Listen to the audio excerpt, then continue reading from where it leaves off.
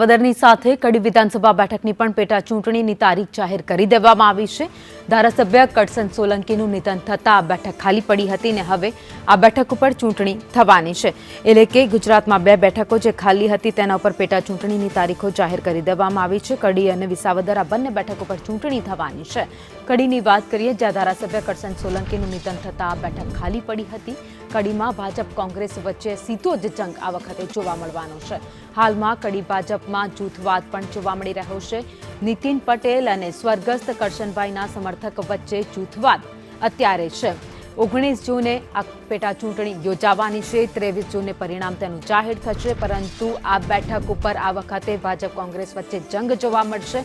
ઉમેદવાર હવે કયા જૂથમાંથી આવે છે એ પણ જોવાનું છે, કારણ કે ભાજપમાં જ 2 જૂથ છે। સ્વર્ગસ્થ કરશનભાઈનું એક જૂથ અને સાથે જ ભાજપના દિગ્ગજ નેતા એવા નીતિન પટેલનું એક જૂથ।